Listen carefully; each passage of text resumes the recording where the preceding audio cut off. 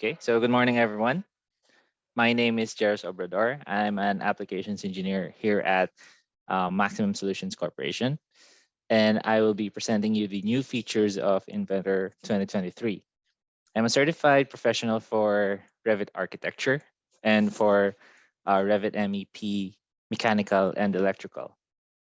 Before, I was a certified professional for Inventor as well in the past, and I am a current Autodesk certified instructor.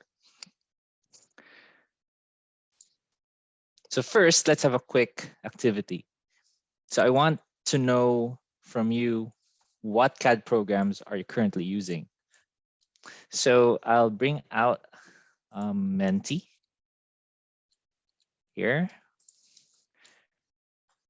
So you can go to menti.com and use the code 2496025. So you can input a maximum of 3 programs, but you can input only 1 or 2. So let's see the results. So this is a word cloud.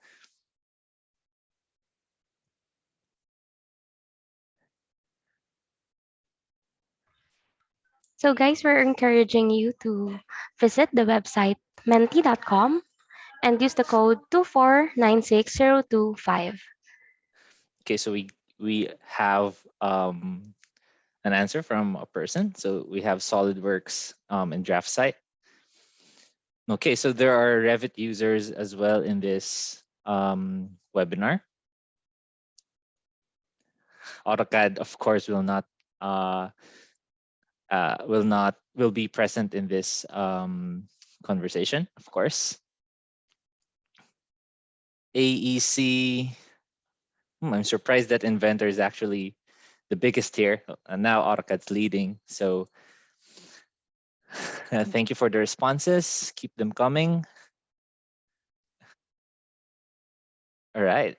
So the two biggest so far are Inventor and AutoCAD, which is very interesting. There's SolidWorks, there's Fusion 360, there's BricsCAD. Interesting. So I think that's also a BIM modeling software. Navisworks.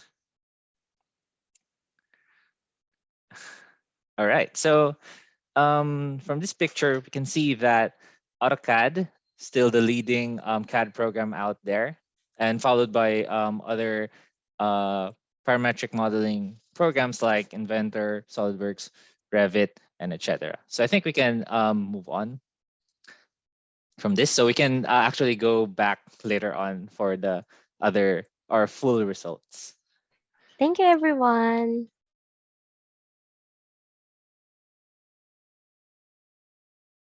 So moving on to the agenda. So here's our agenda for today. We are going to bring back the clock a bit for the 2021 and 2022 release highlights. Speaking of bringing back the clock, you are going to see in this slide the past and present logos of Inventor. I'm also going to show you the product design and manufacturing collection in which Inventor is included. Then I will move to the new features of Inventor 2023. And I've divided it into 6 sections: general enhancements, interoperability, part modeling, assembly modeling, performance, and documentation. Then the last part will be a Q&A. So here are the new features of 2021 release. This is where the dark mode was introduced in an experimental mode, meaning not everything in the UI was dark yet. We also have the property panel introduced in this release, but some of the commands are not yet integrated with it, such as the fillet command. What I like about this release is it has included AnyCAD functionality for or interoperability with Revit. Other notable enhancements will be seen here. And if you want to watch our webinar pertaining to this, you may scan this QR code and it will take you to YouTube. Speaking of YouTube, please like and subscribe to our channel so you can get updates of our latest promotions and webinars. So in this slide are the 2022 enhancements. model states is introduced in this release, which is a very good feature to showcase the different configurations of a single part or assembly file. So that is without having the need to create a separate file for the other configurations. Fusion 360 interoperability was added, while interoperability for Revit was improved. This release also made the dark mode an official feature and out of experimental mode. Again, if you want to further learn more about this, you can scan the QR code to view our webinar for Inventor 2022. So here is the product design and manufacturing collection. And as I've said, Inventor is included within it. It also includes other programs like AutoCAD, Fusion 360, and Inventor toolsets. So this is actually a very good collection that can support a lot of workflows. So, this is more economical than buying two separate solutions. So let's say you're looking into buying Inventor and AutoCAD separately. We just recommend that you buy the collection so that it can provide you more value.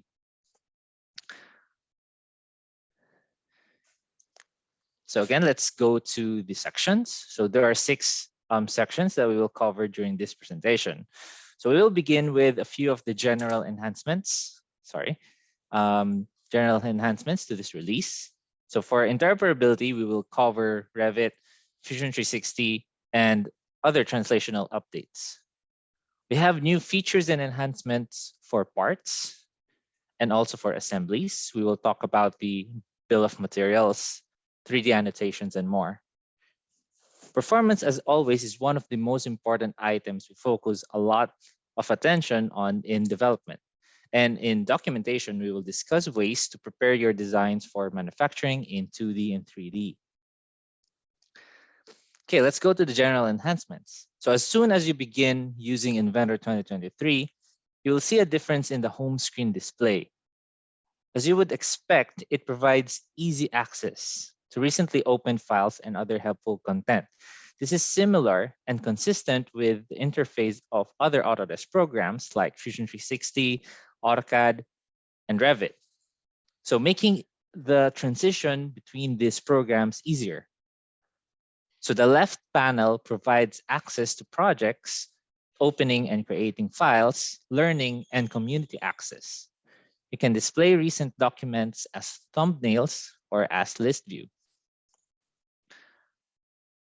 So the new behaviors for free orbit navigations are first, if the full model is in view, the pivot point is the geometrical center of the model.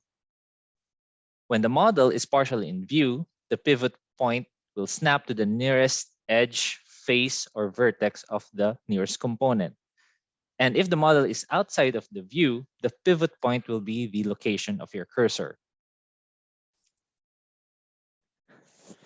You can now add a custom command for the external rule or global form to the ribbon, so you can easily execute the defined iLogic rules or forms. You are now able to sort the order of the multi-valued parameters. For example, put the most frequently used values to the top of the list. So Inventor 2023 introduces a new display options that takes advantage of support for hardware. So ray tracing in recent graphics cards. So this feature is called GPU ray tracing. So it's an experimental state or mode in this release and will be improved in the future updates. In earlier releases of Inventor, selecting the ray tracing display option in a viewport would use the art render or the Autodesk ray tracer, which provides interactive results using only the CPU. Now, you can choose to use either CPU or GPU ray tracing with the potential for higher performance and quality using your GPU. Just take note that not all GPUs will be supported. So there's only a certain number of GPUs, such as the RTX series for both GeForce and Quadro cards. So not all graphics cards. So let's go to interoperability. So a lot of work has been done for Revit users looking to share their data with Inventor for custom fabrication. Inventor can already open Revit data and even choose the appropriate portions of the design for their needs. The same is true for this release, except there's no longer a need to export a separate file from Revit and email it to the Inventor user. Now, the Revit user selects the data they want to send and creates a data exchange that gets uploaded to Autodesk Docs. The Inventor user can then access data exchange to load into their project. The Revit data will remain associative inside Inventor without emailing a new version. So Autodesk Docs is a cloud platform wherein is used by AEC practitioners to share their data across the stakeholders of their project. And now Inventor users can actually utilize that platform to be able to get data exchanges that are updated regularly when the Revit file gets revised or updated. So if you would like to create toolpath strategies, advanced simulations, electronic design, or run generative design studies in Fusion 360, then you will find some one-click workflows in the Fusion 360 ribbon. So this is a great improvement from last year's enhancements on this interoperability. So you will notice that there is a new Fusion 360 tab in Inventor 2023. And this is a very great tool if you want to migrate your current design, part or assembly to Fusion 360. So for Fusion 360, experience improved image fidelity when opening Fusion 360 electrical designs that has canvas data. When specifying import options under object filters, you can now include meshes. So there have been several updates to existing import and export formats. So the GLTF format is an open source format that stores the model scene and animation data. The default output is a GLB file. So this is a self-contained binary file. Both export file types are supported by the Inventor task scheduler. So the GLTF output consists of an ASCII file, a binary file, and PNG files representing the texture, typically used by one who is editing the output content in some other application. On the other hand, the GLB output is a single binary file, like what I've said, and typically used by one who is consuming the output. So for other improvements, the JT import export support for versions 10.6 and 10.7, including read and write, has been added. Support for UCS export is also added. So performance for opening step files is improved. So support for UCS export is also added as well for step files. So the default units for STL export are now millimeters. Support for exporting the USDZ format is added. So USDZ packages are commonly used in connection with AR or augmented reality.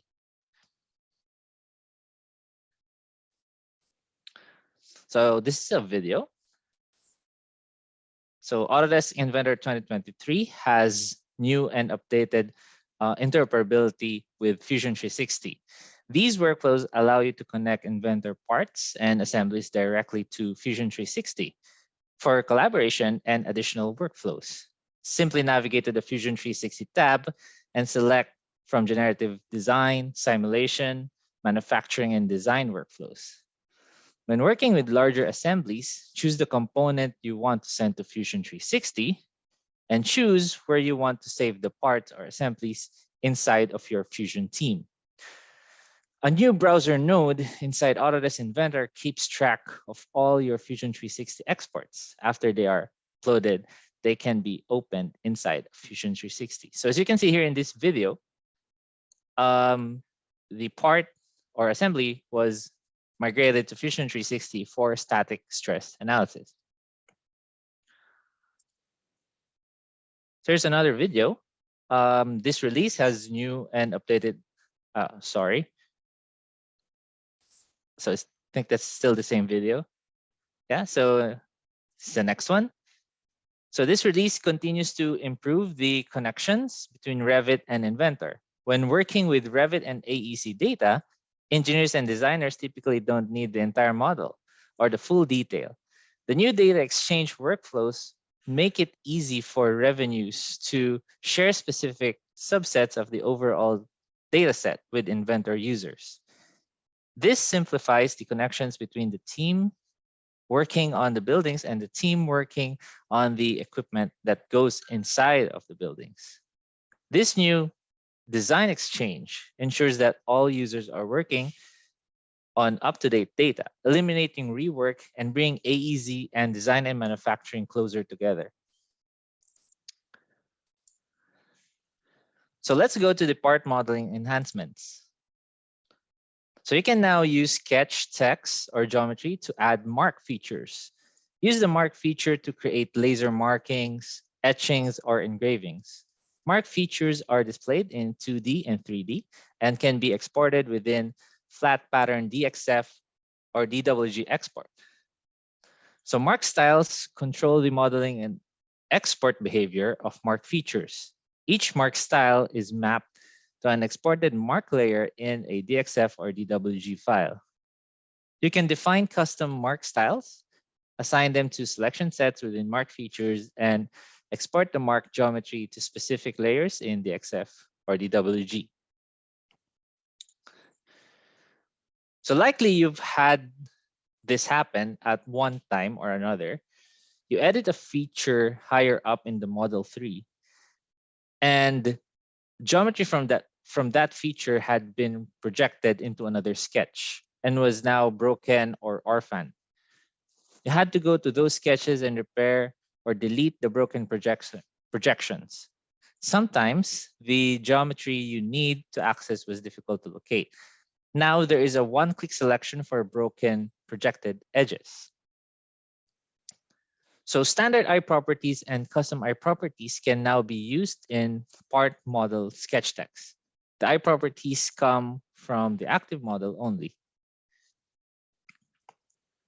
For sheet metal improvements, you can now display extended information in the model browser for face, contour flange, and flange. There is a new asymmetric option available when extruding a contour flange. When exporting flat patterns to DWG or DXF, there's a new option to convert curves to tangent arcs. Sheet metal templates are now an option when creating a new component inside an assembly.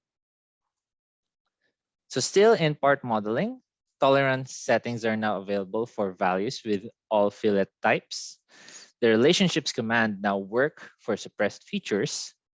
All property panel options are now preserved in presets for extrude and revolve features. You can now toggle the visibility of solids, work features, and sketches using the Alt+V. So that's the new shortcut for toggling the visibility. So I believe this is a video. The new mark feature allows you to use the sketch, geometry, or text to create a feature representing laser markings, etchings, and engravings. Inside of the sheet metal parts, the contour flange now supports asymmetric distances. And when exporting DXF of your sheet metal part, spline simplification now includes replacements splines for both linear approximation and arc approximation, giving you more control over your DXF geometry. So when creating fillets or extrudes, you now have the option to apply tolerance values within the property panel. So let's go to the assembly modeling enhancements. A new BOM setting or bill of material settings option was introduced in this release that lets you control zero quantity visibility and item number sequencing. So suppressed components in model states appear as a zero quantity or zero QTY in the BOM, which impacts item numbers. A new BOM setting option is added to the bill of materials to provide control over the BOM behavior of the suppressed components. When a substitute model state is active, the following commands are disabled in the ribbon. So you have the commands place iLogic component, analyze interference, activate contact solver, and convert to weldment. So you can now suppress a constraint directly when editing it. You can rename any storyboard during creation or when editing a presentation.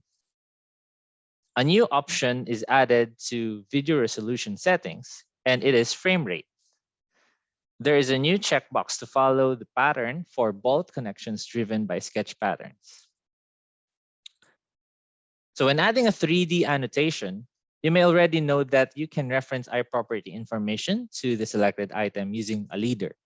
However, in the past, there hasn't been a way to choose which level of the subassembly to reference the iProperty information.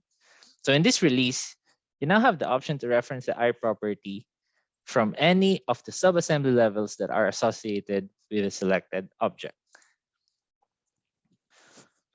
So for tube and pipe, route panel in the properties dialog now preserves last used values even after you close the dialog. The values for the following settings are remembered. So auto route, convert auto route to sketch, auto dimensions, and auto constraint. So this is another video. You'll see improved performance when changing visibility of components in the express mode.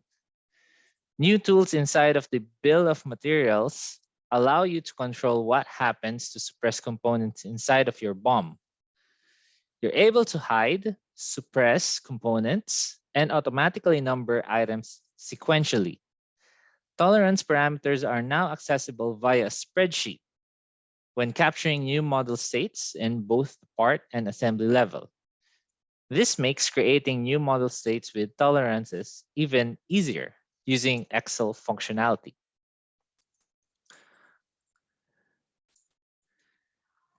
So let's now go to the performance improvements.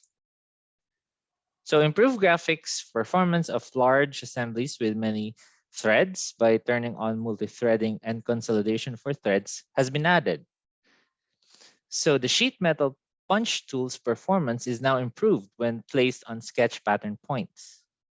Performance is improved when changing component visibility while in express mode. So let's go to the documentation enhancements. So when creating an overlay view for parts, you can select a desired model state to be shown in the view. It can be useful for example, when showing a part before the processing and after. So when editing a detail view, you can use the edit detail properties to change the detail view boundary shape from circular to rectangular. So the command is accessed from the view context menu in either the browser or the sheet. So the datum target command is added to the general annotation panel, so you can establish datums on irregular surfaces. You can now create point, circle, and rectangular datum targets. So 3D and 2D leader text can now include standard iProperties, custom iProperties, and instance properties belonging to parents of the attached part. Previously, only properties from the attached part were available in the leader text. Also, leader nodes can combine instance properties from the attached component and its parent to display occurrence-specific information. So for example, unique tags. So for weld annotations, so there's a lot of addition here. So a new field flag direction option is added to the weld symbol style and standard editor dialog, enabling you to set the direction of the field flag.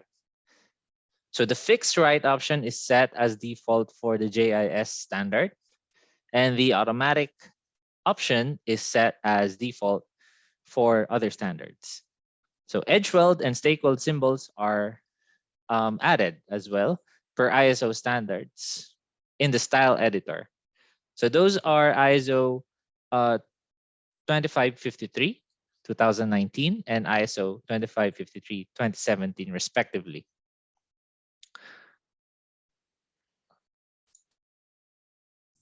So let me go back here. So updated surface finish collection symbols are also added as per the latest ISO 1302 2002 standard. You can now have the ability to define a collection symbol with surface texture symbol outside a bracket and include all surface texture reference types on the sheet. So lastly, there are also enhancements for feature control frame. So it is now possible to add the all over symbol on the feature control frame. You're also able to enter prefix, suffix, and auxiliary feature indicators per ISO 5458 and 5459 standards in the feature control frame dialog.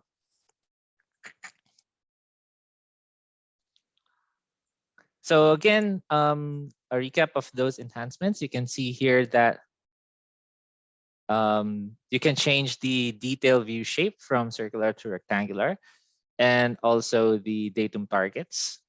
You can choose certain types of datum targets for irregular surfaces, actually.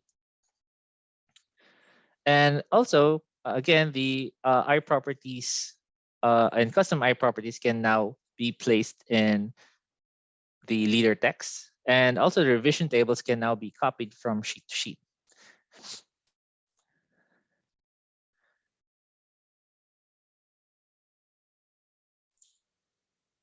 Okay, so I think that's it. So I think I can show you a bit of technical demonstration. So I'll show you the Inventor interface here. So currently this is the home page, okay? So as you can see, there's a great change within it. If you're using other programs like Revit or AutoCAD, you'll notice that they are the same or very the same. Not entirely the same, but very the same. So you have this left column and you have this recent files in the right part. So in the left column, you can actually have access to the resources like what's new, help, tutorials, community forums, and the app store. And also, if you're asking where the projects are, so the projects now are in this drop down, and you can add projects using the settings in the three dotted menu. So it's very similar to the past Inventor versions or releases. So what's great about this interface is that you can switch it to a thumbnail view so that you have a better view of what you've opened recently. And what's great about this is that you have an option to actually select a particular model state when opening a file. So for example, here, if I click this three dot menu and I click open with options, you will see here that I can choose what model state will be opened first. So if I click on, let's say, cast, if I click OK here, it's going to show me the cast model state. And keep in mind that it has other model states like machined, drilled, finished, and CNC. So the model states represent the machining process for this part. So if I click on CNC here, it's going to show me a fully featured part. Okay. So again, the homepage actually provides a very quick access to the model states. And the model states is introduced last released. So very great functionality. So if you don't have an idea on what model states is. So basically, instead of creating copies of your file, so you'll now integrate those states on one file. So saving disk space, of course. Okay, moving on. We have also interoperability improvements, such as for Fusion 360. So for Fusion 360, you have, for example, in this part or assembly, you have the Fusion 360 tab. So the Fusion 360 tab allows you to, again, migrate the design, part or assembly to Fusion 360. So to do this, you just have to actually select a certain part or a sub-assembly in your assembly environment or in any environments. And then you can click on any Fusion 360 migrating commands here. So for example, I just want to do this for static stress or just for the modeling, so I can do that. And if you do that, the Fusion 360 interoperability panel will appear, and you will be prompted on where or on what team hub you want to put this design on. So actually, I've migrated this one, and here's my Fusion 360. So this is the home. So as you can see, the home is very similar to Inventor. And I've migrated this particular assembly to this environment in Fusion 360. So now I can do other things like I can do a generative design, I can do simulation, etc. So again, still in interoperability, we now have access to Autodesk Docs from Inventor. So let's say that we have an Autodesk Docs environment here. So let me just switch this to Autodesk Docs. So Autodesk Docs is, again, actually, this is a part of the Construction Cloud platform for AEC stakeholders. So let's say that there is a certain part of the project where we want to give it to fabricators, which are using Inventor. So for this example, this particular view or part, so we can actually create a data exchange. So the data exchange will create a small file. So if we go back to the Autodesk Docs, there will be a small file like this in the same folder of the file. And this file will be accessed by the Inventor user. So back in, let's go back to Inventor. So in the home page, you can go to the Collaborate tab and click on Data Exchange. So clicking Data Exchange, so depending on your access to the Autodesk Docs, you should have a view of the data exchange that was uploaded by the AEC stakeholder.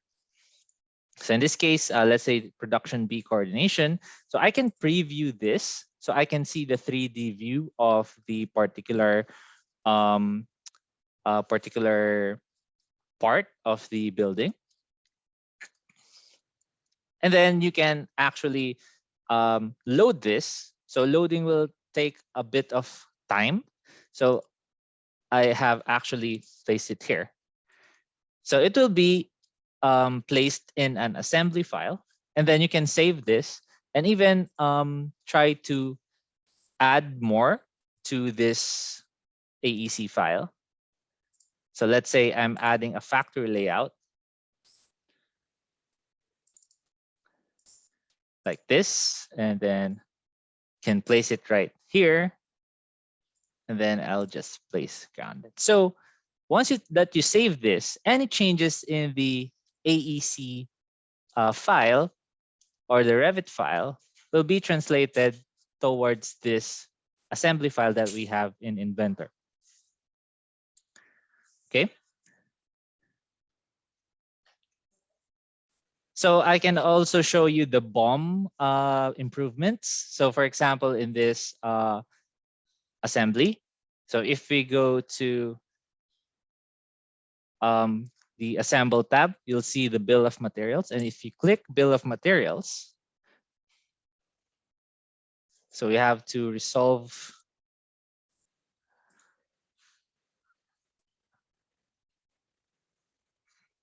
Okay, so there are some unresolved components in my file. So I think can get other files as well. So for example here, I think this is a part, so we cannot present assembly. So for example here, we have two components here. So for example, if I actually try to suppress this factory layout right here, so I'll suppress it.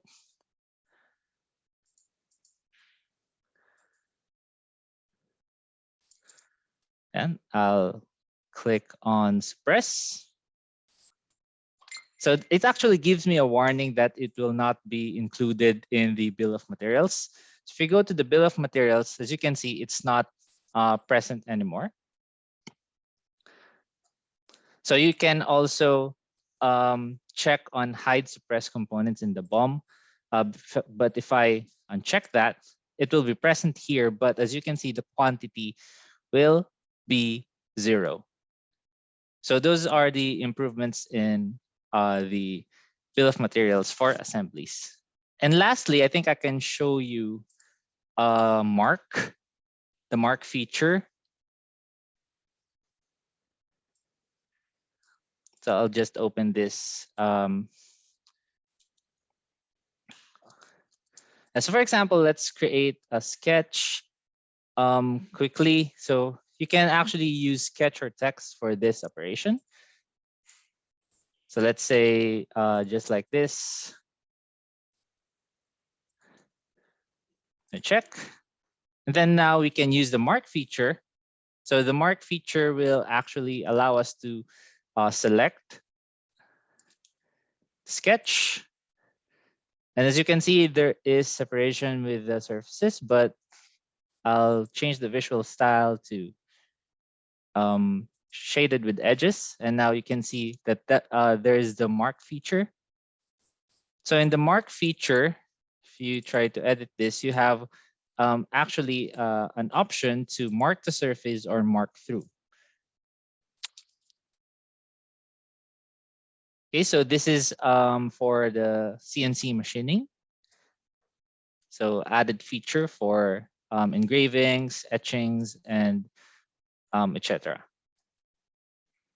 So let's go back to the presentation. So again, Inventor is part of a bigger picture, which is the product design and manufacturing collection. And this collection actually has a lot to offer for your workflows. Again, this includes Fusion 360 and AutoCAD and other tools that can really improve your workflow.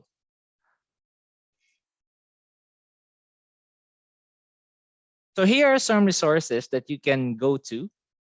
So you can scan the QR codes here in this slide. But I think we're going to give out the presentation later, and you can access the links by having that presentation.